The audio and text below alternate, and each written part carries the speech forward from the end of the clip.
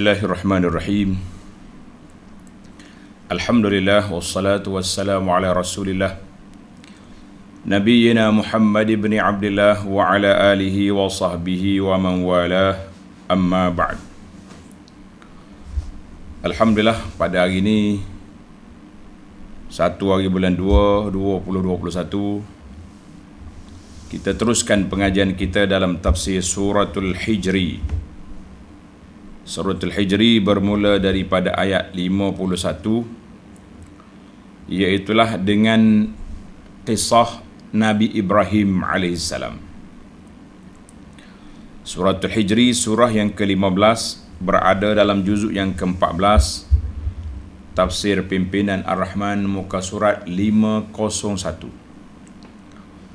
Ayat 51, kita baca beberapa ayat, kemudian kita pergi kepada huraian dan penjelasan ringkasnya, insya-Allah. A'udzu billahis samii'il 'aliim minasy syaithaanir rajiim. Wa nabbi'hum 'an dhaifi Ibrahim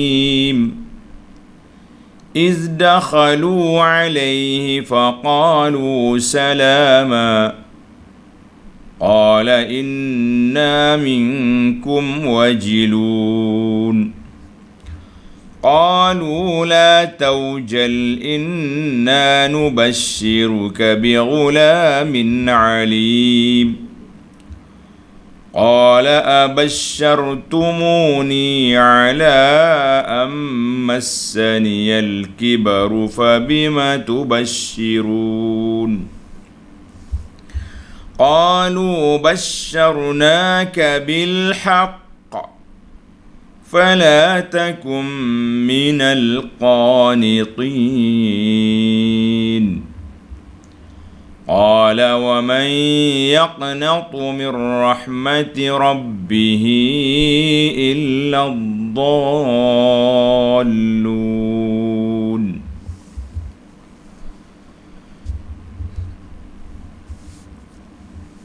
Balik semula kita kepada ayat 51, kisah Nabi Allah Ibrahim AS. Seperti yang telah kita ulang-ulang dalam beberapa siri yang dulu, bahawa di antara kisah yang berulang dalam Quran ini iaitulah kisah Nabi Ibrahim. Nabi Lut, dia kembar dua tu. Ibrahim, dia mari dengan Lut. Anak saudara dia, tempat pula berdekatan. Ad, Samud, kan? Kaum Samud dengan kaum Ad. Nabi Saleh dengan Nabi Hud. Sebab tim apa ni, orang panggil Rihlatus Syita was Saif. Kemudian dia mari satu lagi kumpulan Nabi Musa AS dengan penduduk Madian, Aikah, sebab ada kaitan. Maknanya Masya Allah, Tabarakallah. Para jemaah sekalian, Allah Ta'ala sebut Quran kalau bukan mari daripada Allah, lau kana min indi ghairillahi lawajadu fihi ikhtilafan katsira, kamu akan dapati percanggahan maklumat, fakta yang cukup banyak. Sebab dia turun daripada waktu yang berbeza-beza, pada waktu yang berlainan. Ada yang berbeza mungkin, kalau zaman semuanya Makkiyah, maknanya 13 tahun. Kalau turun Madaniyah, keseluruhannya 23 tahun turun Quran. Tapi tidak ada fakta yang bercanggah, tidak ada maklumat yang salah. Allah kata, kalau bukan mari daripada aku, min indi lawajadu fihi ikhtilafan katsira, kamu akan dapati percanggahan yang banyak. Sekarang ni tak ada bercanggah. Cuma setiap tempat itu dia ada cerita lain yang diceritakan. Contohnya, dalam kisah Nabi Ibrahim yang kita akan cerita ini, kita sudah baca baru je dalam surah Hud. Surah Hud, berapa surah sebelum pada ni? Tengok. Berapa surah belum ni? Surah Hud. Tanda tuan-tuan, dalam surah Hud kita sudah bincang agak panjang sedikit, ayat 69 sehingga 76. Dan cerita yang sama, kedatangan tetamu Nabi Ibrahim ini telah diulang dalam surah Al-Mufassal dulu, iaitulah surah Az-Zariyat, bermula daripada ayat 24. Surah Hud, surah yang ke-11. Sekarang ni kita duduk di surah Al-Hijr. Sebelum Al-Hijr kita sudah melalui surah Ibrahim sendiri alaihi salam. Tapi dalam surah tu dia tak cerita tentang kedatangan tetamu. Dia sudah cerita tentang anak dia sudah besar. Dia sudah bawa anak dia ke Mekah. Dan kisah dia berkait dengan pembangunan negeri Mekah. Kita kata Masya Allah. Baik, para jemaah sekalian, kisah Nabi Lut juga telah kita cerita, telah kita lalui dalam surah yang ke-11, surah Hud, bermula daripada ayat 83 sampai 77. Dan cerita ini juga telah pun disebut dulu dalam surah Az-Zariyat. Dalam surah Az-Zariyat, maknanya dia berulang kisah, tapi ada orang panggil siri-siri sambungan dia dalam kisah yang disebut di sana tidak disebut di sini, atau disebut sepintas lalu untuk rabt, untuk nak mengikat, menyambung episod-episod cerita itu dengan cerita yang ada di hadapan kita ini, para jemaah sekalian.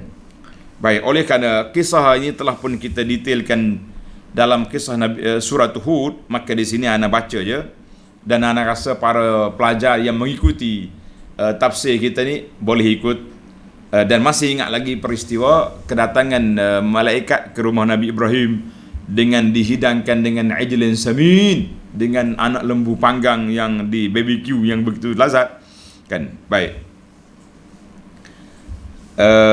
dalam sini dia tak cerita lagi. Tengok ayat, anak-anak perhati, kalau ada Quran 2, buka Quran Hud sebelah, kita tengok perbezaan.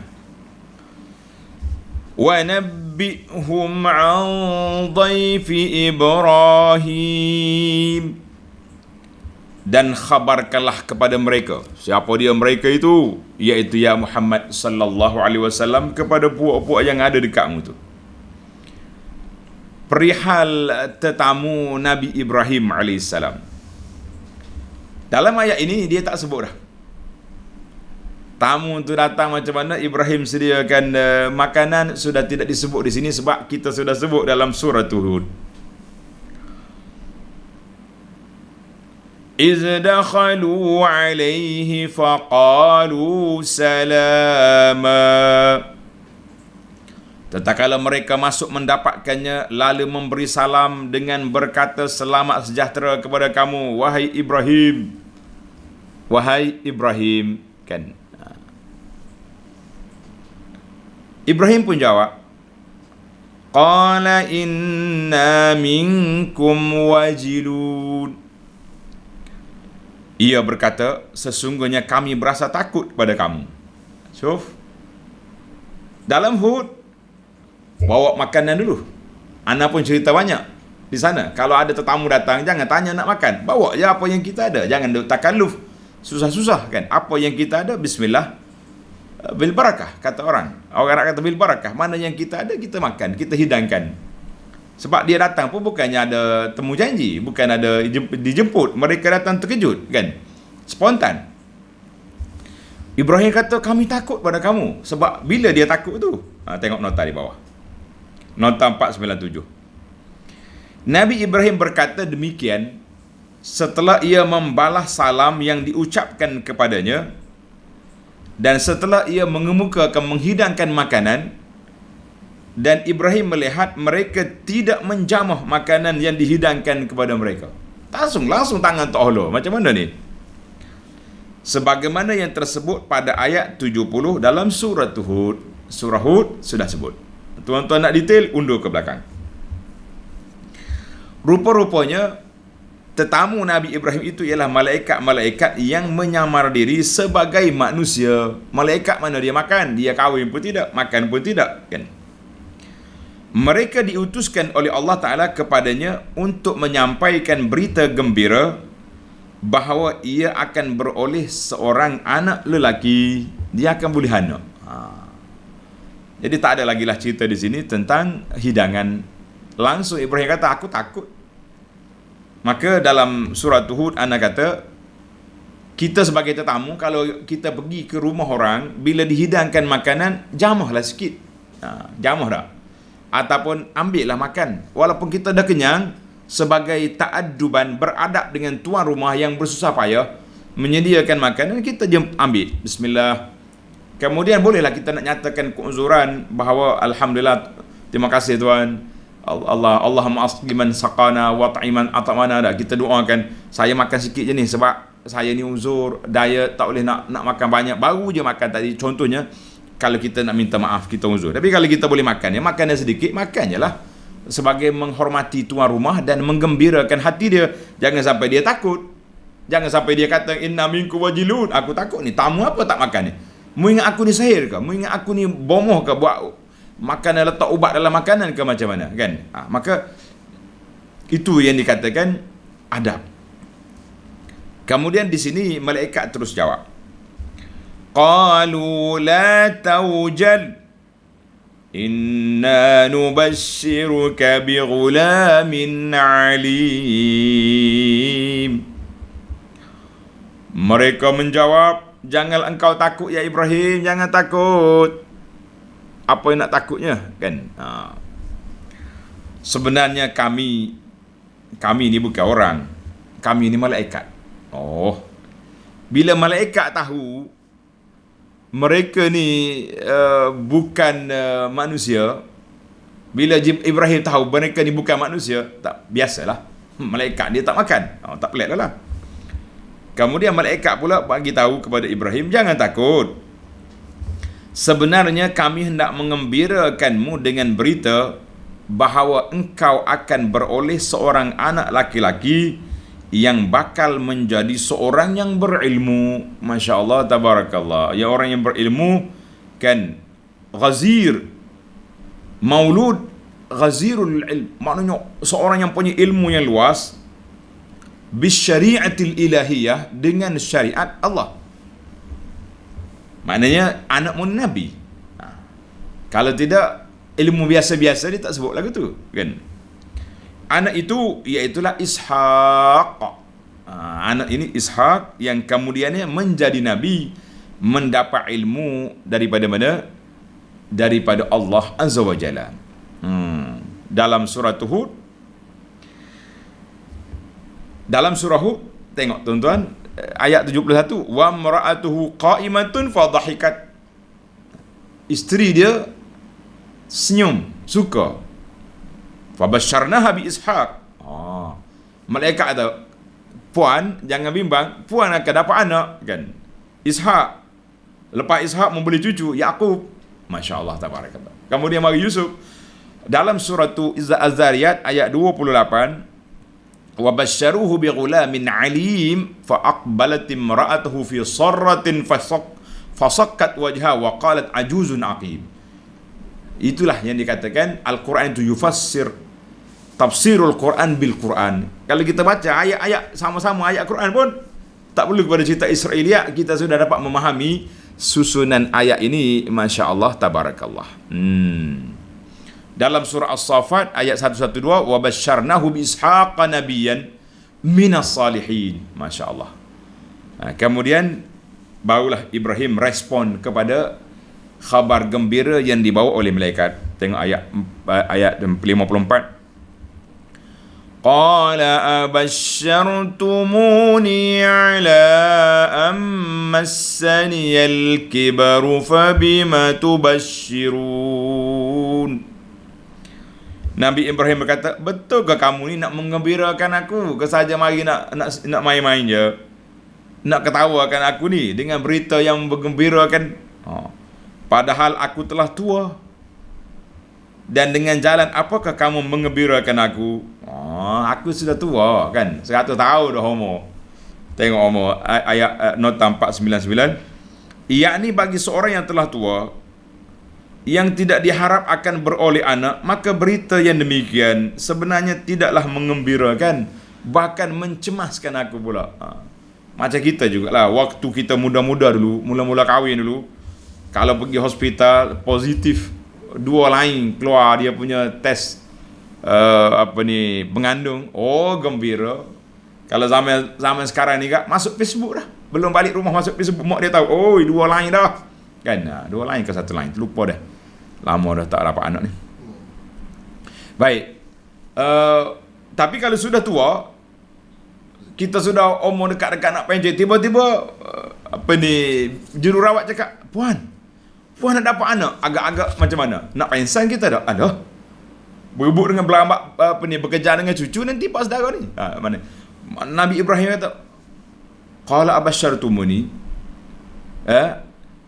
fabima tubashirun fabi ayyi syai'in ajib, dengan satu benda yang pelik ni, tubashirun ni, kamu beri khabar gembira kepada aku, sedangkan aku sudah tua ni, sudah umur 100 tahun dah ni. Kita dah bincang gitu kan, beza di antara Ishak dengan Ismail tu berapa belah tahun. Yang pentingnya umurnya sudah tua. Baik, malaikat jawab baliklah, qalu basyarnaka bil haqq fala takum minal qanitin. Dan malaikat pun menjawab, Ibrahim, basyarnaka biwaladin qad qadallahu annahu kainun bila syakkin. Allahu akbar. Ibrahim, kami mengembirakanmu dengan jalan yang benar. Bukan main-main ni, bukan orang panggil lawak-lawak gurau, tak ada. Kami gembirakan kamu dengan apa yang telah ditetapkan oleh Allah Azza wa Jalla daripada azali lagi, bahawa Ibrahim akan dapat apa? Dapat anak. Masya Allah, tabarakallah. Mu jangan pelik dengan kuasa Allah Azza wa Jalla, ya Ibrahim. Dalam surah Hud ayat 72, a'alidu wa ana ajuz. Aku boleh anak sedang aku sudah tua ni. Masya Allah, tabarakallah. Kan? Kemudian Allah jawab, qalu ata'jabina min amrillah. Ibrahim, isteri pada Ibrahim, mu pelikkah dengan urusan Allah Ta'ala? Baik, kita pergi kepada ayat yang kita, fala takum minal qanitin. Fala takum minal qanitin, ya Ibrahim, oleh itu janganlah engkau menjadi dari orang-orang yang berputus asa. Jangan rasa putus asa. Maka di sini para ulama mengatakan, adakah Ibrahim itu jenis putus asa? Dia Nabi, Abul Anbiya, Abul Hunafa, orang yang paling kuat tawakal dia kepada Allah. Dia sanggup dibakar oleh kaum dia kan. Bila dalam waktu dia bakar pun, dia masih menyerah dia kepada Allah. Ibrahim tidaklah seorang yang putus harap daripada rahmat Allah Ta'ala. Cuma nak beritahu di sini bahawa kuasa Allah mengatasi segala-galanya. Tapi nawamisul hayah, kata orang, kaedah kehidupannya begitu. Kalau sudah tua, mandul pula, memang tak boleh anak. Tapi kuasa Allah nak beri anak, itu kuasa dia. Sebab itulah sahabat-sahabat kita yang berkahwin tak dapat anak, berusaha dia, Masya Allah. Ada yang 10 tahun baru dapat anak, ada yang 15 tahun kahwin barulah dapat anak. Lepas pada dapat anak seorang, orang Kelantan kata jujuk, berderet pula lepas tu, mari adik. Ramai pula dia dapat. Kita kata Masya Allah, tabarakallah. Maka Ibrahim jangan masuk di kalangan orang yang putus harap daripada limpah kurnia Allah Ta'ala. Allah Ta'ala dia nak beri, boleh saja. Maka Ibrahim pun jawab. Ibrahim jawab macam mana? Ibrahim ni Nabi, dia jawab, qala wa man yaqnatu min rahmati rabbih illa dhallun. Nabi Ibrahim respon kepada kata-kata nasihat malaikat tadi. Dan tiadalah siapa yang berputus asa dari rahmat Tuhannya melainkan orang-orang yang sesat. Ibrahim kata, aku tahu. Cumanya teruja ataupun terkejut dengan khabar gembira ni kan? Maka aku respon. Apa dia respon? Pelik lah. Rasa pelik, rasa ajaib dengan peristiwa ini kan. Tengok nota di bawah. Yakni, aku merasa hairan tentang berita yang demikian. Terkejut. Orang panggil terkejut. Orang Kelantan kata terkanyak. Terkanyak ni makna terkejut. Bukanlah kerana aku berputus asa dari rahmat Tuhanku, tidak. Tetapi aku merasa hairan hanya tentang hal itu luar biasa. Mana peristiwa yang berlaku itu luar biasa, maka oleh kerana dia luar biasa, maka aku rasa ajaib dengan peristiwa yang berlaku. Tamaklah. Episod di sini sangat ringkas, sangat pendek. Maka kita kena baca dua. Satu di surah Hud, bermula ayat 69, ataupun kita balik kepada surah Az-Zariyat, bermula daripada ayat 24, untuk cerita ini. Episod kedatangan tetamu malaikat ini. Jadi alhamdulillah para jemaah sekalian, kemudian bertukar tajuk.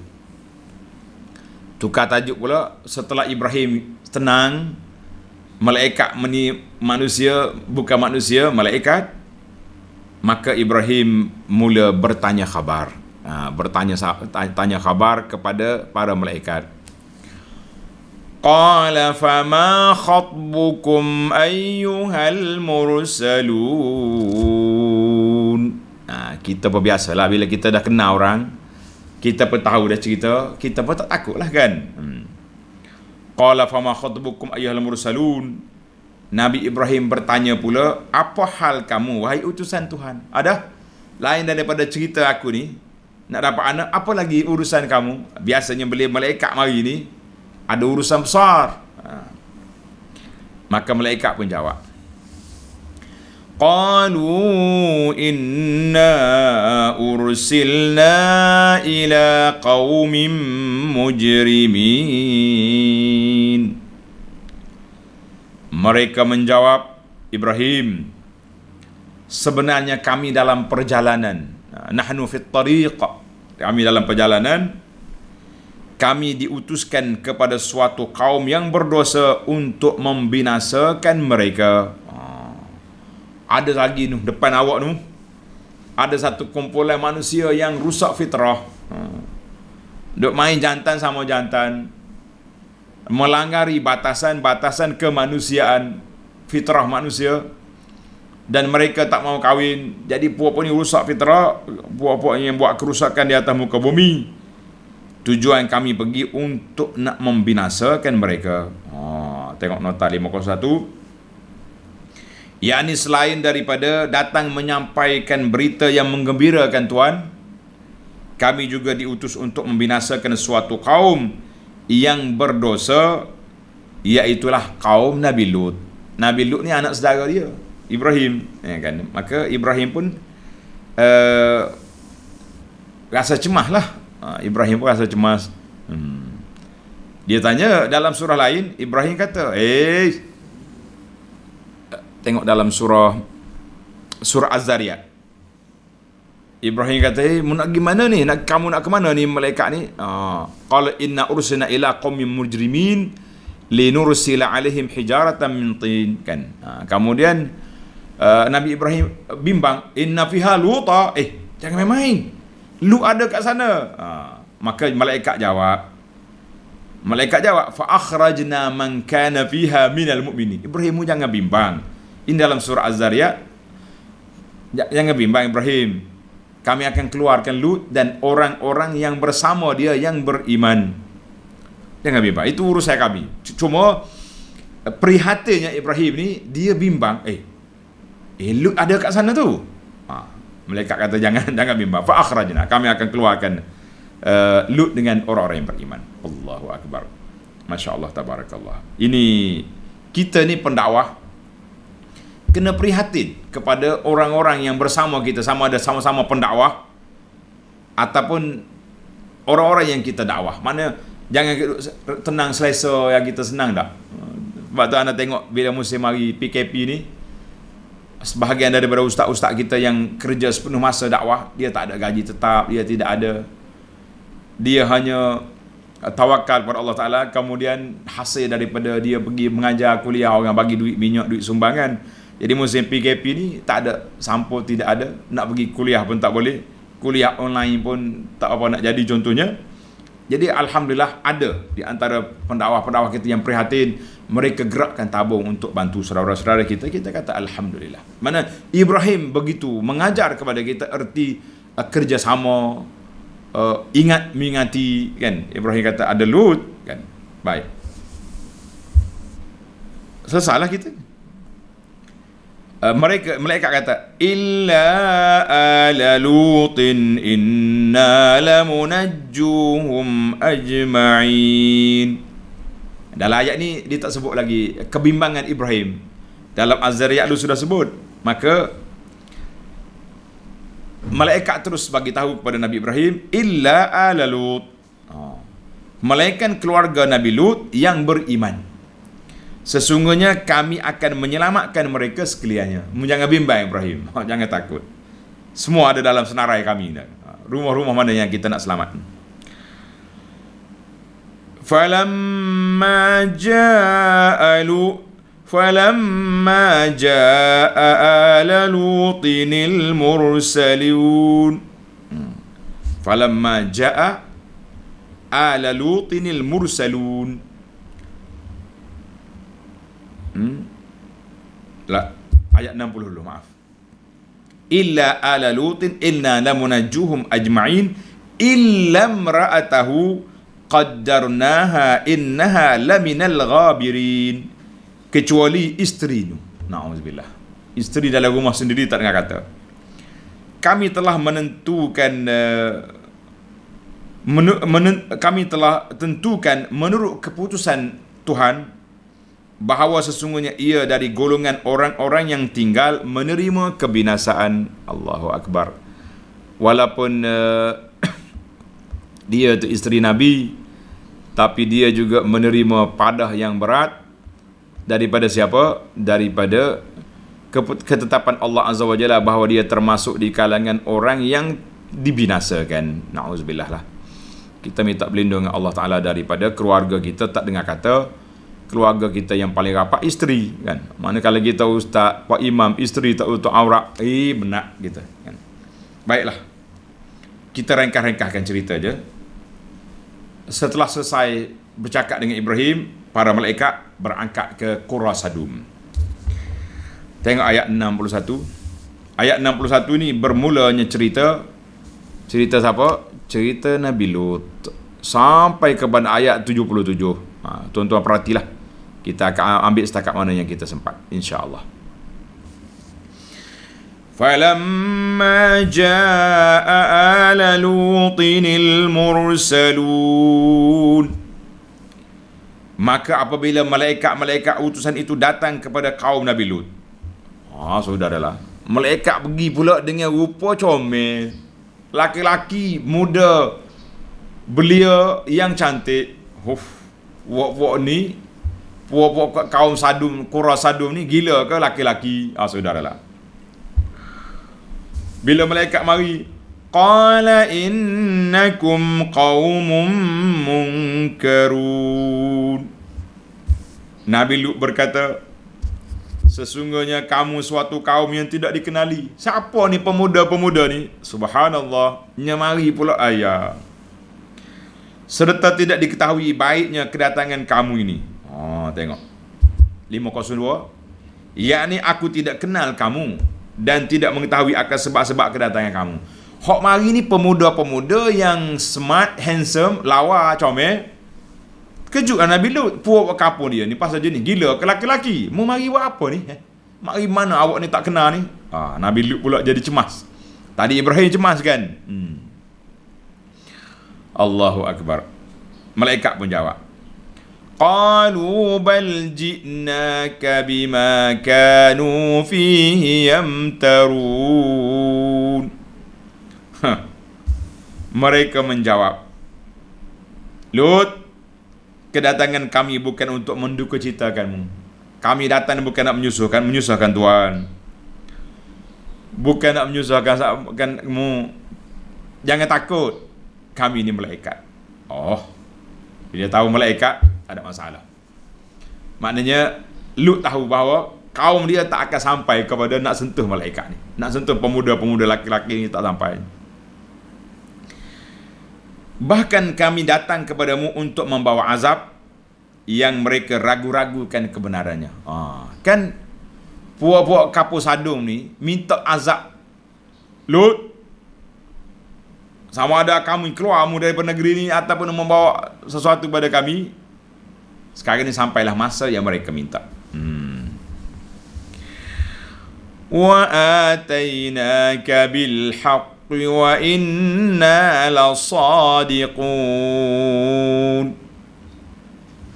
Juga tujuan kedatangan kami membawa kepadamu perkara yang betul benar tentang kebinasaan kaum ini, dan sesungguhnya kami adalah orang-orang yang benar. Lut, jangan takut. Jangan takut, Lut. Kan?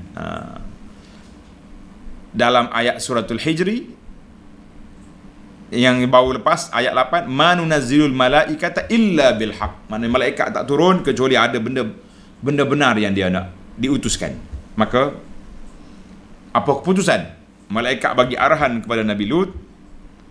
Tengok ayat 65. Fa asri bi ahlika biqit'in minal laili wattabi' adbarahum wa la yaltafit minkum ahad وَلَا يَلْتَفِتْ مِنْكُمْ أَحَدٌ وَامْضُوا حَيْثُ تُؤْمَرُونَ. Allahu Akbar. Malaikat bagi arahan kepada Nabi Lut. Lut, oleh itu, bawalah pergi keluargamu pada waktu malam, mana sebelum subuh. Keluar daripada kampung ni, kampung Sadum. Keluar pada waktu malam serta ikutlah di belakang mereka. Maknanya suruh mereka ni keluar dulu, bagi arahan jumpa kat mana-mana. Kemudian kamu berjalan belakang sekali. Wattabi' adbarahum. Dan janganlah seorang pun janganlah seorang pun di antara kamu berpaling ke belakang. Jangan siapa tengok. Tak sodok sayang-sayang lagi lah kepada rumah, kepada kampung halaman, kepada ternakan hayawanmu tinggal. Silakan. Serta pergilah terus ke arah yang diperintahkan kamu menujunya. Maknanya malaikat dah bagi lokasi di mana Nabi Lut akan pergi, dan dia pun arah kaum dia yang beriman, kamu pergi sini. Nanti aku ikut belakang. Sebab nak pastikan semua orang mukmin sudah keluar. Allahu Akbar. Dan jangan siapa berpaling. Berpaling kena. Allahu Akbar. Masya Allah, tabarakallah. Tengok ayat 66. Wa qadayna ilaihi dhalikal amra anna dabira haula'i maqtu'un musbihin. Dan kami wahyukan kepadanya tentang kesudahan perkara itu. Mu jangan bimbang, Lut. Peristiwanya mu keluar, kemudian isterimu tak dengar kata, dia berpaling juga, mereka akan dibinasakan. Maknanya malaikat sudah detailkan peristiwa ini kepada Lut supaya Lut berhati-hati. Iaitu mereka akan dibinasakan pada waktu pagi. Mu keluar juga malam ni, jangan tangguh-tangguh. Besok hancur sehingga punah ranah dan terputus keturunan spesies gila jantan sama jantannya. Habis mari pula ni, ada pula sekarang ni LGBT ni macam mana? Kita kata penyakit manusia ni, ingat dalam perbincangan kita yang lepas, apabila syaitan bersumpah bahawa dia akan binasa rusakkan anak Adam, maka disitulah para ulama tafsir mengatakan bahawa nawamisus syar, spesies kejahatan ni tak akan pupus. Habis je dia ulang balik. Maknanya pada saat ini semua keturunan kaki jantan ni LGBT hancur belaka. Lepas tu dia timbul balik pula. Biasalah syaitan tu. Sebab syaitan tak mati, dia yang akan buat agenda baru. Allahu Akbar. Ayat 67. Waja'a ahlul madinati yastabshirun. Maknanya episod Nabi, perbincangan Nabi Lut dengan malaikat selesai. Kemudian kita balik kepada episod kaum dia pula. Macam mana?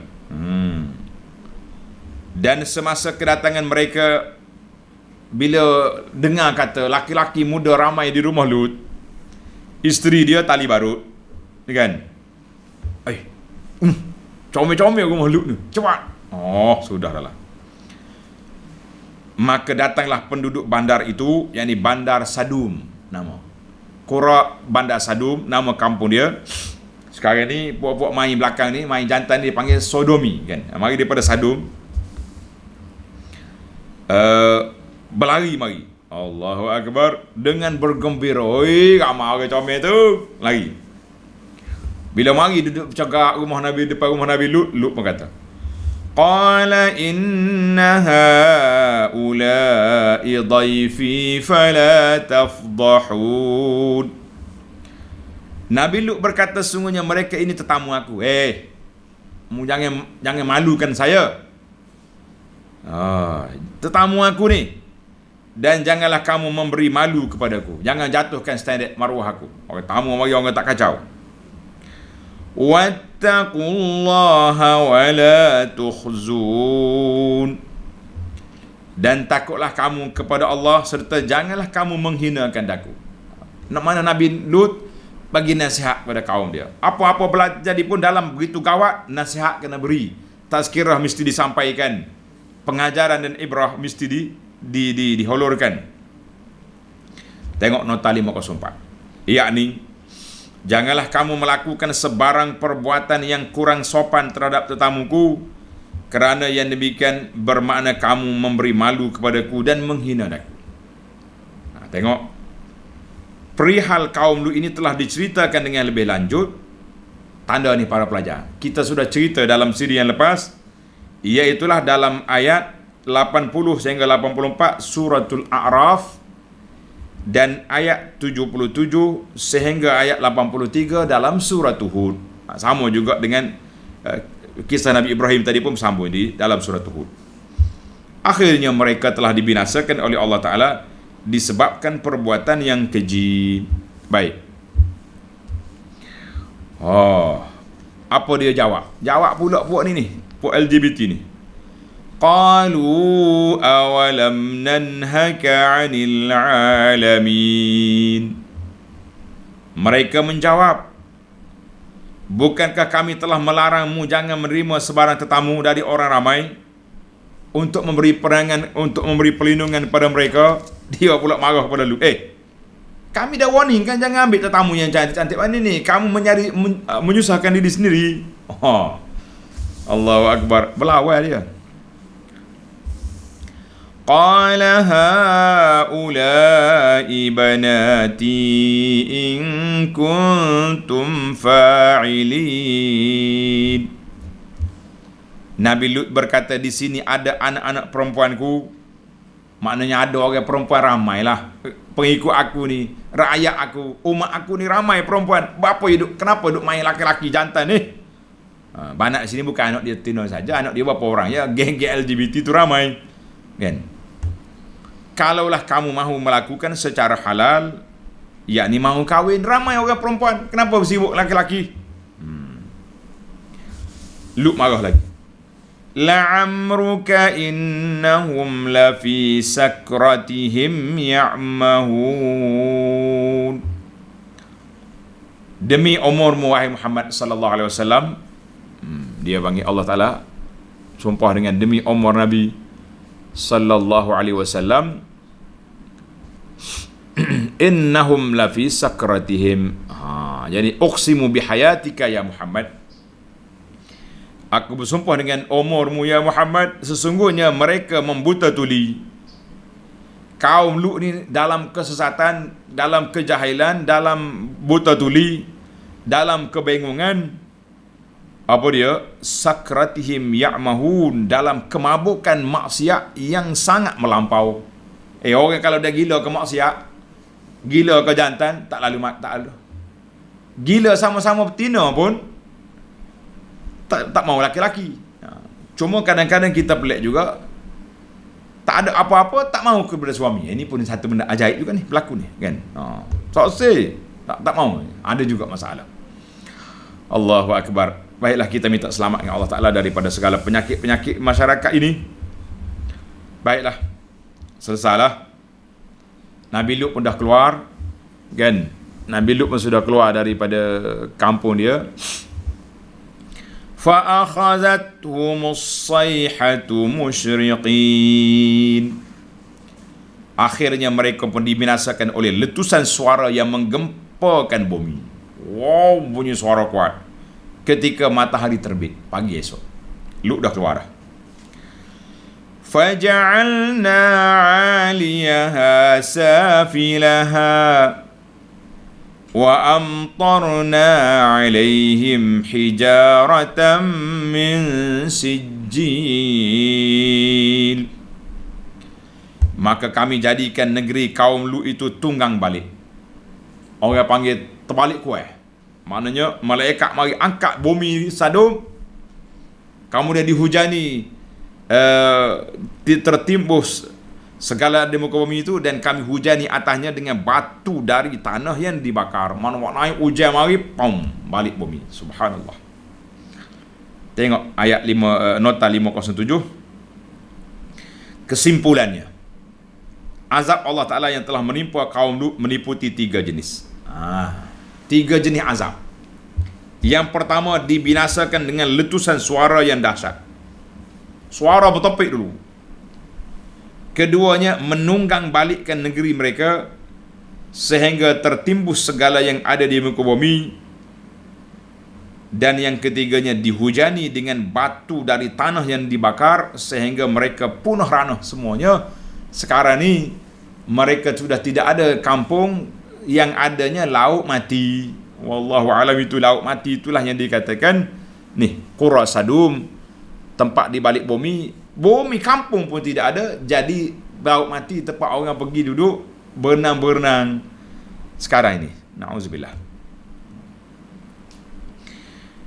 Inna fi dzalika laayatin lil mutawassimin.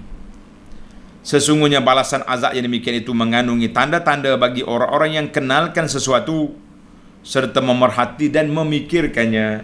Ingat moleklah. Maknanya semua tanda-tanda bagi orang yang berfikir, dia akan manfaat. Wa innaha labisabilim muqim. Dan sungguhnya negeri kaum Lut yang telah dibinasakan itu terletak di jalan yang tetap dilalui oleh orang. Quraisy pergi ke Syam, lalu kot ni. Tapi apa boleh buat? Lalu je lah. Sampai kita hari ni orang pakat pergi selfie, tidak mengambil pengajaran. Inna fi dzalika laayatan lil mu'minin. Sesungguhnya keadaan demikian mengandungi satu tanda yang beri kesedaran kepada orang-orang yang beriman. Orang beriman saja orang yang dapat apa? Dapat pengajaran daripada apa yang berlaku. Jadi kesimpulan yang kita boleh buat bahawa daripada kisah-kisah ini, kisah Nabi Lut, apabila Allah Ta'ala nak binasakan mana-mana kampung, mana-mana negeri, maka penduduk negeri itu makin jahat, makin gila, makin mabuk, maka ketika itulah datangnya azab. Baiklah para jemaah sekalian, tamatlah 2 kisah Nabi pada kali ini, Nabi Ibrahim dengan Nabi Lut. InsyaAllah kita sambung lagi dalam siri yang akan datang, bermula ayat 78.